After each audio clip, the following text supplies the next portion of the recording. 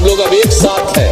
हम लोगों का कंसेप्ट है कि भाई हम लोग कम से कम उसको तो 10 लाख तक कर दें, लेकिन हम तो यही करेंगे कि हम करेंगे बच्चे बच्चियों के नौकरी के लिए भी, और उसके अलावे हर तरह से आप समझिए उसके रोजगार के लिए। तो हम लोगों का मन तो है कि भाई इसको तो हम लोग 20 लाख तक पहुंचाएं। इसके लिए पूरे तौर पर हम लोग हर जगह इन सब चीजों को काम करेंगे, ताकि ये सब काम में आप समझ लीजिए कितना ज्यादा होगा। 18 साल में 8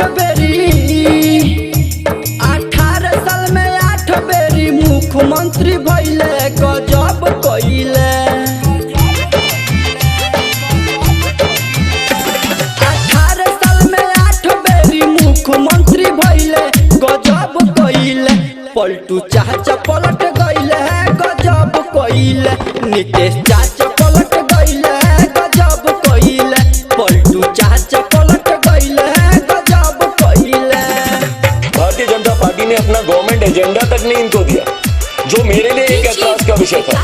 मैंने उस वक्त ही भाजपा से मैंने कहा था कि भैया आप एक ऐसी सरकार का हिस्सा क्यों बनने जा रहे हैं जो सरकार अपना एजेंडा ही आपका एजेंडा अपने गवर्नमेंट एजेंडे में लागू नहीं कर रही है। पूरा राजनीति के खराब कइले छवि, सुधर के चांस इनका नइखे हो कभी। पूरा राजनीति के खराब कइले छवि, सुधर के चांस इनका नइखे हो कभी। रावणों से ज्यादा ही तो भेष चेंज कइले, गजब कइले। पलटू चाचा पलट गइले, गजब कइले।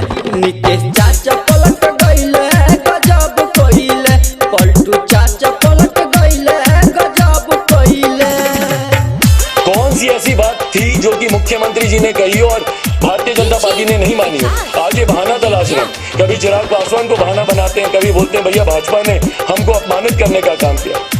तमाम नीतियों से समझौता भारतीय जनता पार्टी करती रही, जिसका मुझे ऐतराज रहा है। पूरा विरोधी के घुमौल पीछे पीछे, अपने से आ जाई तो गिर गइले नीचे।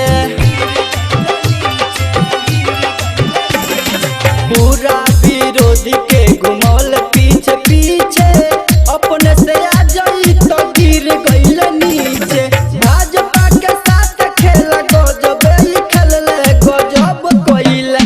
पलटू चाचा पलट गइले, गजब कइले। नीतीश चाचा पलट गइले, गजब कइले।